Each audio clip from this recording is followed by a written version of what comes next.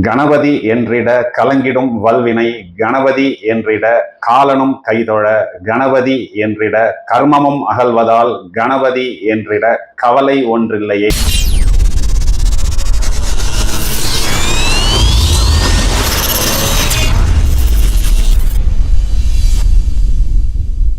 ஏகதந்தாய வித்மகே வக்ரதுண்டாய தீமகி தன்னோ தந்தி பிரச்சோதயா. ஹலோ ஃப்ரெண்ட்ஸ், இந்த காணொளி மூலம் ஒரு குழந்தைக்கு எவ்வாறு பெயர் அமைக்க வேண்டும், அதில் என்னென்ன நுணுக்கங்கள் இருக்கின்றன, எந்தெந்த விஷயங்களுக்கு நாம் முக்கியத்துவம் கொடுக்க வேண்டும், எவ்வாறு இந்த கணிதங்களை செய்வது போன்ற விவரங்களை காண இருக்கிறோம். சமீபத்தில் ஒரு குழந்தைக்கு பெயர் அமைக்கும் பொழுது அந்த குழந்தையின் பெற்றோர்கள் அமர்ந்திருந்தார்கள். லேடி ஆஃப்டர் மேரேஜ் எங்களுக்கு விஷயங்கள் அனுகூலமாக இல்லை, தேதியில ஒரு மிஸ்டேக் இருப்பதாகவும் சொன்னார்கள்.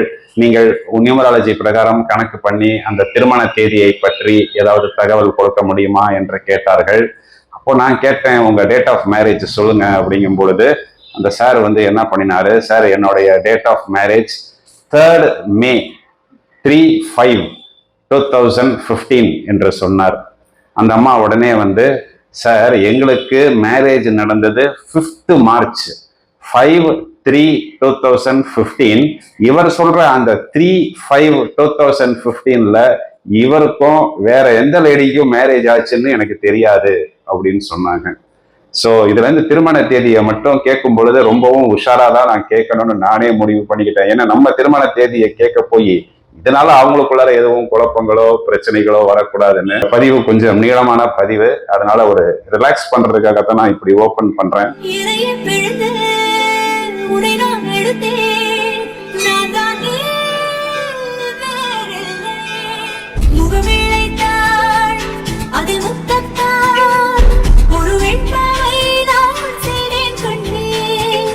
இந்த குழந்தைகளுக்கு பெயர் வைக்கக்கூடிய வேலையை கிட்டத்தட்ட நாங்கள் ஒரு 22-23 வருடமா செய்து கொண்டிருக்கிறோம். 15,000 குழந்தைகளுக்கு மேல் பெயர் வைத்து விட்டோம். அந்த குழந்தைக்கு இன்னைக்கு குழந்தை பிறந்து அந்த குழந்தைக்கும் பெயர் அமைத்து கொடுத்து விட்டோம். நாங்கள் மிகவும் விரும்பி செய்யக்கூடிய ஒரு ஒர்க் இது. நம்ம எந்த ஒரு ஒர்க்கை ரொம்பவும் விரும்பி செய்கிறோமோ அந்த ஒர்க் நமக்கு ஒரு சுமையாகவோ ஒரு பாரமாகவோ இருக்காது. அப்போ நம்ம அதை தேடிக்கொண்டே இருப்போம். இதுல என்ன புதிய விஷயங்கள் இருக்கு, இதுல என்ன புதிய மாற்றங்கள் வருகிறது, இதுல என்ன அப்டேட் இருக்கு அப்படின்னு தேடிக்கொண்டே இருப்போம். இது சம்பந்தமா நிறைய தகவல்கள் நாங்க ஆல்ரெடி சோசியல் மீடியால கொடுத்திருக்கிறோம். இந்த பெயர் அமைப்பதற்கு எவ்வளவு முக்கியத்துவம் கொடுக்க வேண்டும், நேம் இஸ் ஃபேம் என்று அடிக்கடி சொல்வது உண்டு. அதாவது நல்ல பெயரை வாங்க வேண்டும் பிள்ளைகளே அப்படின்னு தான் பாட்டு எழுதுறாங்க. நல்ல பெயரை வாங்க வேண்டும் என்பது நம்மளுடைய செயல், நம்மளுடைய அணுகுமுறை. இதன் மூலம் ஒரு நல்ல பெயரை சம்பாதிக்க வேண்டும் அப்படின்னு தான் பாட்டுல எழுதுறாங்க. ஒருத்தருக்கு ஏதாவது ஒரு பிரச்சனையாகி, அவருக்கு ஒரு தோல்வியாகி, ஒரு கடன் பிரச்சனை ஆச்சு அப்படின்னா அவர் தோத்து போயிட்டாருன்னு யாரும் சொல்றதில்லை. அவர் பேரு ரிப்பேர் ஆயிடுச்சு, அவருடைய பேரு கெட்டு போச்சு அப்படின்னு தான் சொல்றாங்க.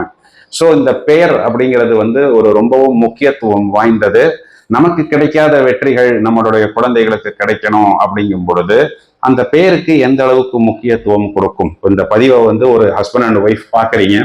இதுல ஒருத்தங்களுக்கு சாஸ்திரங்கள் மேல் ஈடுபாடு இருக்கும், இன்னொருத்தங்களுக்கு சாஸ்திரங்கள் மேல் ஈடுபாடு இல்லாமலும் இருக்கும். அப்படி இருக்கும் பொழுதும் சரி, ஏதோ இதுல ஒரு எக்ஸ்ட்ரா எனர்ஜி கிடைக்குது, நம்ம குழந்தை இதனால ஒரு வெற்றி கிடைக்குது, நம்மளுடைய குழந்தைக்கு இதனால மேலும் மேலும் அபிவிருத்தி ஆகுது, ஒரு நல்லது நடக்குது அப்படிங்கும் பொழுது நம்ம இந்த விஷயத்தை எடுத்துக்கிறோம். இதை எடுத்துக்கிறதா முடிவு பண்ணிட்டோம். இதை ஒரு பர்ஃபெக்டா நம்ம எடுத்துக்கணும். ஏன் அப்படி சொல்றேன்னா, இதுல நிறைய அஸ்ட்ராலஜர்ஸுக்கே எந்த பேராமீட்டர்ல குழந்தைக்கு பேர் வைக்கிறது அப்படிங்கிறதுல இன்னும் கன்ஃபியூஷன் இருக்கு. நிறைய வெறும் நியூமராலஜி மட்டும் பண்றவங்க நியூமராலஜி பார்த்துட்டோம், ஆனா அஸ்ட்ராலஜிக்கலா இதுல எதுவும் டிஃபெக்ட் வந்துருமோ அப்படின்னு நிறைய பேர் என்கிட்டயே கேள்வி கேட்கறாங்க. நிறைய அஸ்ட்ராலஜர்ஸ் குழந்தைக்கு பேர் வைக்கிறதுக்கு அவங்களுடைய கிளைண்ட்ஸ் டீட்டெயில்ஸை வாங்கி என்கிட்ட ஷேர் பண்ணிடுவாங்க. அதுக்கப்புறம் நான் அந்த பேரை வச்சு கொடுப்பேன். ஸோ இதுல என்னென்ன செக்லிஸ்ட் இருக்கு, அதாவது ஒரு குழந்தை பிறக்குது, ஒரு டேட் ஆஃப் பர்த் இருக்கு, அந்த டேட்ல ஒரு நம்பர் இருக்கு, அதை கூட்டினா ஒரு நம்பர் வருது. ஃபார் எக்ஸாம்பிள் டேட் 3 வருது, கூட்டினா 8 வருது அப்படின்னு வச்சுக்கிறோம். அப்போ 8ஆம் நம்பர் வருதுன்னா நம்ம 3ஆம் நம்பர்ல பேர் வைக்கலாமா? எல்லாரும் 8ஆம் நம்பர் இருந்தா 1ஆம் நம்பர்ல பேர் வைக்கணும்னு சொல்றாங்களே, 1ஆம் நம்பர்ல வைக்கலாமா இல்ல 5ஆம் நம்பர்ல வைக்கலாமா அப்படின்னு நிறைய கன்ஃபியூஷன் வருது. இப்போ அந்த குழந்தையுடைய அப்பா பேரு சிவகுமார்னு வச்சுக்குவோம். அப்போ எஸ் தான் இனிஷியல் வரும். இப்போ 1ஆம் நம்பர்ல நம்ம பேர் வைக்கிறதா முடிவு பண்ணிட்டோம். 1ஆம் நம்பர்ல அந்த பாப்பாக்கு நம்ம நேமை ஃபிக்ஸ் பண்றோம், அபினவ் அப்படின்னு வைக்கிறோம். அப்போ எஸ் வந்து இனிஷியல் வந்து 3. அபினவ்னு கணக்கு போட்டோம் அப்படின்னா 16 வரும். 3 + 16 அப்படிங்கிறது 19. 19ங்கிறது 1ஆம் நம்பர். இப்போ ஒரு பேர்ட்ஸ் ஐ வியூல எஸ் அபினவ் 19 1ஆம் நம்பர் 8ஆம் நம்பர் இருக்கும் பொழுது 1ஆம் நம்பர் ஓகேன்னு நம்ம ஃபிக்ஸ் பண்ணி வச்சிடறோம். ஆனா நம்ம கூப்பிடுறது அபினவ்னு தான் கூப்பிடுறோம். அப்ப அபினவ் அப்படின்னு கூப்பிடும் பொழுது என்ன ஆகுது, அது மட்டும் தனியா பார்த்தா 16 அப்படின்னு சொல்லக்கூடிய 7ஆம் நம்பர் வருது. இந்த 16 அப்படிங்கிறது காலிங் நேம் நமக்கு டிஃபெக்ட் ஆகுது. 16ல கூப்பிடக்கூடாது. சில ரேர் கேசஸ்ல மட்டும்தான் 16 யூஸ் பண்ண முடியும். அது வந்து இந்த விஷயங்கள் நல்லா தெரிஞ்ச ஒரு எக்ஸ்பர்ட்டை தான் அதை ஹேண்டில் பண்ண முடியும். இந்த இடத்துல நம்ம என்ன பண்ணலாம் அப்படின்னா, இப்போ அவருடைய ஒய்ஃப் பேரு ஃபார் எக்ஸாம்பிள் அனந்தலட்சுமின்னு வச்சுக்குவோம். SA அதித் ADITH அப்படின்னு பேர் வச்சா SA அதித் அப்படிங்கும் பொழுது 19 வரும். ஆனா இந்த இடத்துல என்ன ஒரு டிராபேக்னா, அதித் மட்டும் 15 வரும். அந்த இடத்துல காலிங் நேம் 6 வந்து 3க்கு செட் ஆகாது.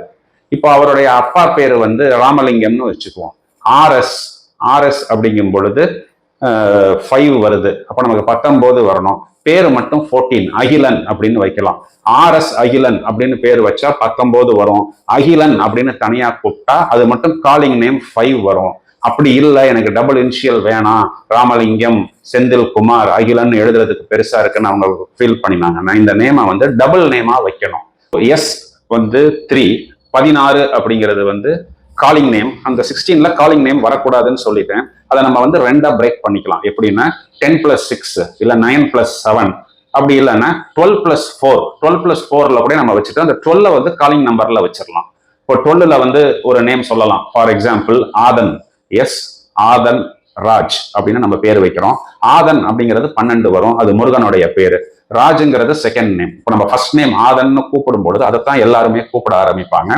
அப்போ காலிங் நேம் ஆதன் அப்படிங்கிறதும் பர்த் நம்பர் 3ஆம் நம்பரை ரிவீல் பண்ணது பவர்ஃபுல்லான ஒரு நம்பரா இருக்கு. Full name S Aadhan Raj அப்படின்னு நம்ம எழுதும்போது 19 1ஆம் நம்பர் வருது. இதை நான் ஒரு எக்ஸாம்பிளுக்காக தான் சொன்னேன்.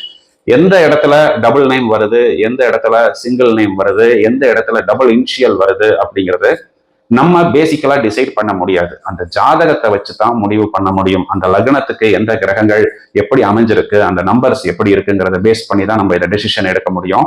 ஒரு ஜாதகத்துக்கு நம்ம எப்படி பேர் வைக்கிறோம், அதுல என்னென்ன பாயிண்ட்ஸ் இருக்கு அப்படிங்கறது இப்போ ஒரு எக்ஸாம்பிளோட நம்ம பார்ப்போம். ஒரு டேட் ஆஃப் பர்த் எடுத்திருக்கிறேன். 3/9/2022. இதுதான் ஒரு குழந்தையுடைய டேட் ஆஃப் பர்த். இந்த குழந்தை வந்து அனுஷ நட்சத்திரம், விருச்சிக ராசி, விருச்சிக லக்னம். இந்த குழந்தையுடைய பர்த் சார்ட், ராசி சக்கரம், நவாம்ச சக்கரம் ரெண்டுமே இங்க நான் கொடுக்குறேன். இப்போ இந்த குழந்தைக்கு ஒன்லி அஸ்ட்ராலஜியை பார்த்து நம்ம பேர் வைக்கிறதுக்காக ஒரு அஸ்ட்ராலஜர்கிட்ட போறாங்க. அனுஷ நட்சத்திரத்துக்கு ஆரம்ப எழுத்துன்னு எடுத்துக்கிட்டோம்னா நான், நீ, நோ, இது வந்து எல்லாருக்குமே தெரியும். அவர் வந்து என்ன பண்றாரு, குழந்தையோடைய அப்பா பேரு வீல ஆரம்பிக்குது. ஸோ வி நகுலன் அப்படின்னு ஒரு நேமை ஃபிக்ஸ் பண்றாரு. இந்த வி நகுலன் அப்படிங்கிறது ஒரு பேசிக் நியூமராலஜி கணக்கு போட்டு பார்த்தோம் அப்படின்னா நேம் பிளஸ் இனிஷியல் கணக்கு போட்டோம்னா 30ன்னு சொல்லக்கூடிய 3ஆம் நம்பர் வருது. இந்த நேமை ஃபிக்ஸ் பண்ணிடுறாரு. இதையே ஒரு நியூமராலஜி பண்றவர் பாக்குறாரு. பார்த்துட்டு என்ன சொல்றாரு, வி நகுலன்னு நீங்க பேர் வச்சிருக்கிறீங்க, பேர் மட்டும் தனியா எடுத்து பார்த்தா 6ஆம் நம்பர் வருது. இங்க குழந்தை பிறந்திருக்கிறது நம்பர் 3க்கு வந்து 6 செட் ஆகாது. நீங்க இதை நியூமராலஜியில கவர் பண்ணாம வெறும் அஸ்ட்ராலஜியில மட்டும் பண்ணினது ஒரு மிஸ்டேக்கு அப்படின்னு சொல்லிடுறாரு. சரி, இப்போ இதே date of birth, time of birth எடுத்துட்டு ஒன்லி நியூமராலஜி மட்டும் ஜாதகம் இல்லாம பண்றாங்க பாருங்க, அவங்கள்ட்ட கொடுக்குறாங்க.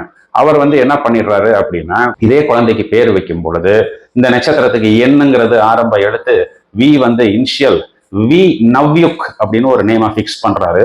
இந்த வி நவ்யுக்னு கணக்கு போட்டோம் அப்படின்னா 6 + 21 is equal to 27. இந்த நவ்யுக் அப்படிங்கிற பேர் வந்து 21 வருது. இனிஷியல் 6 வருது. மொத்தத்துக்கு 27 வருது. 27ங்கிறது நம்பர் 9. இந்த நம்பர் 9 ஒரு நல்ல பாசிட்டிவான நம்பர்னு ஃபிக்ஸ் பண்ணிடுறாரு. ஆனா ஜாதகத்தை பார்க்கல. அப்போ ஒரு பேசிக்கலா பேர் வைக்கும் பொழுது ஒரு அஸ்ட்ராலஜர் அந்த ஜாதகத்தை எடுத்து பார்த்துட்டு, நீங்க 9ஆம் நம்பர்ல இந்த குழந்தைக்கு பேர் வச்சிருக்கிறீங்க, விருச்சிக ராசி, விருச்சிக லக்னம். இந்த 9ஆம் நம்பர் அப்படின்னு சொல்லக்கூடிய செவ்வாய் வந்து இந்த ஜாதகத்துல 7ஆம் இடம் சொல்லக்கூடிய கலத்திரஸ்தானத்துல சுக்கிரனுடைய வீட்டுல, அதுவும் சந்திரனுடைய நட்சத்திரத்துல நிக்குது, ரோகிணி நட்சத்திரத்துல நிக்குது. இங்க விருச்சிக லக்னம், விருச்சிக ராசிக்கு சந்திரன் வந்து 9ஆம் வீட்டுக்கு அதிபதி. ஏன்னா இது வந்து ஒரு ஸ்திர லக்னம். ஸ்திர லக்னத்துக்கு 9ஆம் வீடுங்கிறது பாதகஸ்தானம். சோ பாதகாதிபதியோடைய சாரத்தில் நிற்கக்கூடிய ஒரு கிரகத்தின் ஆதிக்கத்துல நீங்க பேர் வச்சது அஸ்ட்ராலஜிக்கலா மிஸ்டேக், இது ஒர்க் அவுட் ஆகாது அப்படின்னு சொல்லிடுறாரு. அப்போ குழந்தையுடைய அப்பா அம்மாக்கு இங்க போனா அங்க போக வேண்டியது, அங்க போனா இங்க போக வேண்டியது, இங்க போனா அது மிஸ்டேக்கு, அங்க போனா இது மிஸ்டேக்கு. ஸோ இவ்வளவு தூரம் நம்ம செலவு பண்ணிட்டோம், நம்ம குழந்தைக்கு ஒரு தெளிவான ஒரு பெயர் கிடைக்கலையே அப்படின்னு ஒரு கன்ஃபியூஷன் தான் வருது. இந்த கன்ஃபியூஷன் வரக்கூடாது அப்படிங்கிற ஒரே கான்செப்ட்ல நம்ம அஸ்ட்ரோ நியூமராலஜி மையமா வச்சு இந்த பெயர்களை அமைக்கிறோம். அதாவது ஜாதகத்தில் நமக்கு தெரியக்கூடியது பலன், நியூமராலஜி மூலம் நமக்கு கிடைக்கக்கூடியது பயன். இந்த பலன் பிளஸ் பயன் ரெண்டும் சேர்ந்து நமக்கு கிடைக்கிறது தான் இந்த அஸ்ட்ரோ நியூமராலஜி. இதே அஸ்ட்ரோ நியூமராலஜியை வச்சு இந்த பையனுடைய ஜாதகத்துல கிரக நிலைகளையும் நம்ம அனலைஸ் பண்ணி இந்த டேட் ஆஃப் பர்த்தையும் வச்சு இந்த calling name, writing name, name number, pyramid number match பண்ற மாதிரி எப்படி பேர் அமைச்சோம் அப்படிங்கிறத இப்போ பார்ப்போம். இப்போ இந்த பையனுடைய ஜாதகத்துல விருச்சிக லக்னம், விருச்சிக ராசிக்கு 10ஆம் அதிபதி அப்படின்னு சொல்லக்கூடிய ஜீவனாதிபதி, அதாவது தசம கேந்திரஸ்தானத்துக்கு அதிபதியான சூரியன் சொந்த வீட்டுல ராசி மற்றும் நவாம்ச சக்கரத்துல நிக்குது.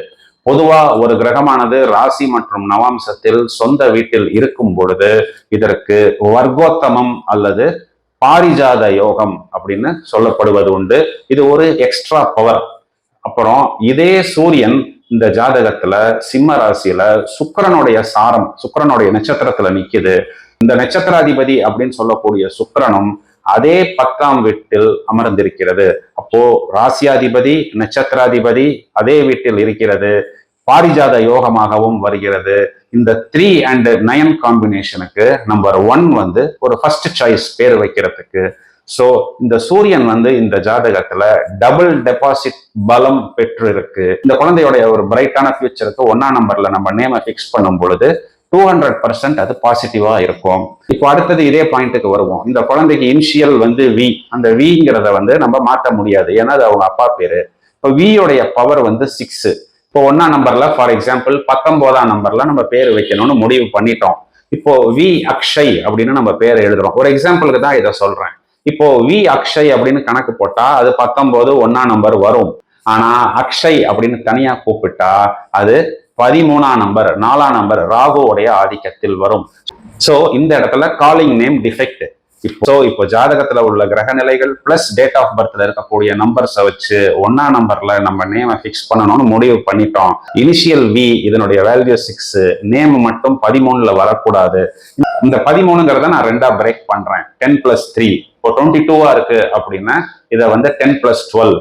இப்போ 31 அப்படின்னா 21+10. இப்போ 37ல பேர் வைக்கிறோம். We initial 6+31. 31 காலிங் நேம்ல வரக்கூடாது. இந்த 31 21+10 அப்படி நம்ம 2ஆ பிரிக்கிறோம். ஸோ இந்த குழந்தைக்கு ஒரு 10 நேம்ஸ் நான் சஜஷன் கொடுக்குறேன். எப்படி கொடுத்துருக்கிறேன் பாருங்க. நிமல் ஆதித்யா, நிதிஷ் சுஜய், நவ்யுக் ஆரவ், நிதேஷ் விஸ்வா, நீரஜ் தாரகன், நுவின் ஆதித்யா, நரேன் விஸ்வா, நிதின் வைஷ்ணவ், நிகிலன் சுஜய். ஒரு 10 நேம்ஸ் ஃபர்ஸ்ட் சஜஷன் கொடுத்துருக்கிறேன்.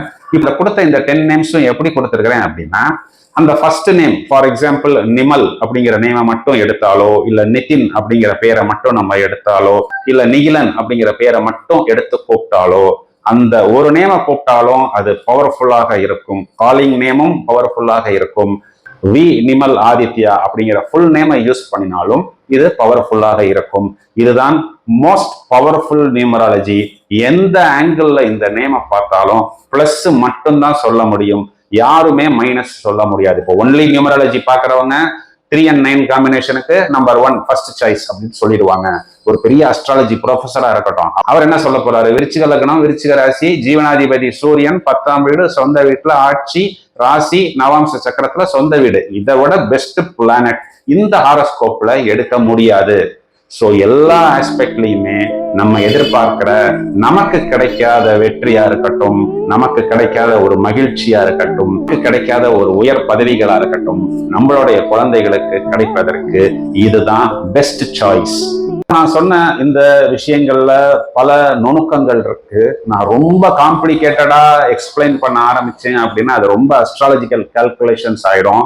இப்போ சரலக்னம், ஸ்திர லக்னம், உபய லக்னம்னு லக்னங்கள்லயே 3 விதமான லக்னங்கள் இருக்கு. சரலக்னங்களுக்கு 11ஆம் அதிபதி பாதகாதிபதி, ஸ்திர லக்னத்திற்கு பாக்யாதிபதியே பாதகாதிபதியா வருவாரு, உபய லக்னத்துக்கு கலத்திரஸ்தானாதிபதி பாதகாதிபதி. இதை தவிர ஜீவனாதிபதி, லாபஸ்தானாதிபதி, பஞ்சாங்கம்ங்கிறது 5 அங்கம்: திதி, வாரம், நட்சத்திரம், யோகம், கரணம். இந்த கரணம், யோகம் அப்படிங்கிறது எல்லாமே கண்டிப்பான வெற்றியை கொடுக்கக்கூடியது. இப்போ நம்ம பண்ணினோமே, இந்த நேம்ல 1ஆம் நம்பர் எடுத்தோமே, இந்த 1ஆம் நம்பர் அப்படிங்கிறது அந்த ஜாதகத்துக்கு கர்ணநாதனா வருது. இந்த மாதிரி யோகாதிபதி யாரு, கர்ணநாதன் யாரு, ஒரு கிரகம் நீசபங்க ராஜயோகம் அடைஞ்சிருக்கா, உச்சபலத்துல இருக்கா, ஆட்சியில இருக்கா போன்ற அனைத்து விஷயங்களையும் நம்ம எடுக்க வேண்டும். இதே மாதிரி டேட் ஆஃப் பர்த் காம்பினேஷன்ல இப்போ நம்பர் 2க்கு 7 லக்கி, 7க்கு 2 லக்கி. 2 டேட்லயோ ஃபேட்லயோ இருந்தா 7 காலிங் நேமா வைக்கலாம். 7 டேட்லயோ ஃபேட்லயோ இருந்தா 2 காலிங் நேம்ல வைக்கலாம். 3 இருந்தா 6 அவாய்ட் பண்ணணும். 9 இருந்தா 2 அவாய்ட் பண்ணணும். 2 இருந்தா நம்பர்ல 9 அவாய்ட் பண்ணணும். பிரமிட் நம்பர்ல 4ஓ, பிரமிட் நம்பர்ல 8ஓ யூஸ் பண்ணக்கூடாது. இந்த மாதிரி நிறைய கால்குலேஷன்ஸ் இருக்கு. இந்த அவ்வளவு கால்குலேஷனுமே நம்ம பயிற்சியில கொண்டு வந்ததுதான். இந்த அவ்வளவு கால்குலேஷன்ஸையும் நம்ம பிக்ஸ் பண்ணி அந்த மோஸ்ட் பவர்ஃபுல்லான ஒரு நேமை கொடுத்தா கண்டிப்பா அந்த குழந்தையுடைய எதிர்காலம் ரொம்பவும் பிரைட்டாக இருக்கும். ஒரு தலைமுறையில நம்ம என்னதான் நம்ம சொத்து வச்சிருந்தாலும், என்னதான் நம்ம சம்பாதிச்சாலும், அந்த குடும்பத்தினுடைய எக்ஸ்டென்ஷன், அந்த குடும்பத்தோடைய அடுத்த பரிணாமம் அப்படிங்கிறது அந்த குழந்தைகள் தான். அந்த குழந்தை பிறக்கும் பொழுது நம்ம வைக்கக்கூடிய நேம் அவங்களுக்கு கண்டிப்பா ஒரு பெரிய வெற்றியை கொடுக்கும். அதுக்கு இவ்வளவு கால்குலேஷன்ஸும் பார்க்கணும். நீங்க இந்த வீடியோவை ஒரு 3-4 தடவை திருப்பி திருப்பி பார்த்தீங்கன்னா இந்த கால்குலேஷன்ஸ்ல எவ்வளவு பர்முடேஷன்ஸ் அண்ட் காம்பினேஷன்ஸ் போட்டிருக்கிறோம், எவ்வளவு ஃபார்முலாஸ் கொடுத்துருக்குறோங்கிறது உங்களுக்கு புரியும். பேசிக்கலா உங்களுக்கு அஸ்ட்ராலஜி தெரிஞ்சிருந்து ஓரளவுக்கு மேத்தமேட்டிக்கல் சென்ஸ் இருந்ததுன்னா இந்த அவ்வளவு செக்லிஸ்டையும் நீங்க கையில் எடுத்துக்கொண்டு அந்த குழந்தையுடைய பெயரை நீங்கள் அமைக்கலாம். இல்ல உங்களுக்கு அந்த பிளானட்டோடைய ஸ்ட்ரென்த்தை செலக்ட் பண்றதுக்கு கஷ்டமா இருக்கு, கைடன்ஸ் தேவை அப்படின்னா ஒரு நல்ல அஸ்ட்ராலஜரை நீங்க அணுகி, இல்ல எங்களைய கூட நீங்க அணுகி அந்த குழந்தைக்கு அந்த மோஸ்ட் பவர்ஃபுல் நேமை ஃபிக்ஸ் பண்ணிக்கலாம். ஸோ இப்போ நான் சொன்ன மாதிரி double name, single name, double initial, single initial, இது எல்லாமே ஜாதகம் தான் டிசைட் பண்ணோம். இதையும் தவிர இப்போ தனிப்பட்ட முறையில சிலர் தமிழ் பேர் கேட்பாங்க, சிலர் முருகன் பேர் கேட்பாங்க, சிலர் மாடர்ன் நேம்ஸ் வேணும்னு சொல்லுவாங்க. அது அவர்களுடைய விருப்பம். அவங்க என்ன பிரீஃபிங் கொடுக்குறாங்களோ அதுக்கேற்ற மாதிரி இப்போ நான் சொன்ன இவ்வளவு கால்குலேஷன்ஸும் போட்டுட்டு தான் நாங்கள் அந்த நேமை ஃபிக்ஸ் பண்ணுவோம். ஆனால் பிறந்த குழந்தைக்கு பொதுவாகவே 1 வயசு வரைக்கும் நம்ம ஜாதக பலன்கள் சொல்லக்கூடாது. அதனால நம்ம நேம்ஸை மட்டும்தான் ஃபர்ஸ்ட் ஷேர் பண்ணுவோம். அதுக்கப்புறம் 1 வயசுக்கு அப்புறம் நம்ம அதுக்குள்ள பலன்களை பார்த்து கொள்ளலாம். ஆனா இந்த இவ்வளவு கால்குலேஷனும் நம்ம எக்ஸ்பிளைன் பண்ணினா என்ன ஆயிடுது அப்படின்னா, அது ஜாதக ரீதியான விளக்கங்கள் சொல்றதுனால அது ஜாதக பலன்கள் ஆயிடுது. பெயர் வைக்கும் பொழுது இந்த டெமோ வீடியோல நான் எவ்வளவு கால்குலேஷன்ஸ் சொன்னேனோ அவ்வளவு கால்குலேஷன்ஸையும் வைத்துத்தான் கிட்டத்தட்ட ஒரு 200 நேம் நம்ம செலக்ட் பண்ணினால் அதுல இருந்து ஒரு 15 நேம் நமக்கு கிடைக்கும். இந்த 15 நேம் தான் நம்ம கிளைண்ட்ஸுக்கு ஷேர் பண்ணுவோம். மேக்சிமம் அதுல உள்ள நேம்ஸ் உங்களுக்கு ஓகே ஆயிடும். அதை மீறி உங்களுக்கு ஏதாவது நேம்ஸ் மைண்ட்ல தோணுச்சுன்னா நீங்க அதை எங்களுக்கு அனுப்பினா அதையும் இந்த பவர்ஃபுல் ஃபார்முலால வர்ற மாதிரி உங்களுக்கு நாங்க செட் பண்ணி கொடுத்துருவோம். ஆனந்த யாழை மீட்டுகிறாய், அடி நெஞ்சில் வண்ணம் தீட்டுகிறாய். நாங்க எங்களுடைய யூடியூப் சேனல்ல நிறைய நேம் லிஸ்ட் கொடுத்துருக்கிறோம். அதுல ஆண் குழந்தைகளுக்கு, பெண் குழந்தைகளுக்கு modern names, Murugan names, Perumal names, Sai டிவோட்டிஸ்க்கு சாய் நேம்ஸும் கொடுத்துருக்கிறோம். ஸோ நீங்க எங்க சேனலை சப்ஸ்கிரைப் பண்ணிக்கிட்டு இதுல உள்ள அந்த வீடியோஸை பார்க்கும் பொழுது எங்களுக்கு மேலும் ஒரு ஊக்கமாக இருக்கும். நாங்களும் நிறைய வீடியோஸ் உங்களுக்கு ப்ரிப்பேர் பண்ணி கொடுத்து கொண்டிருப்போம்.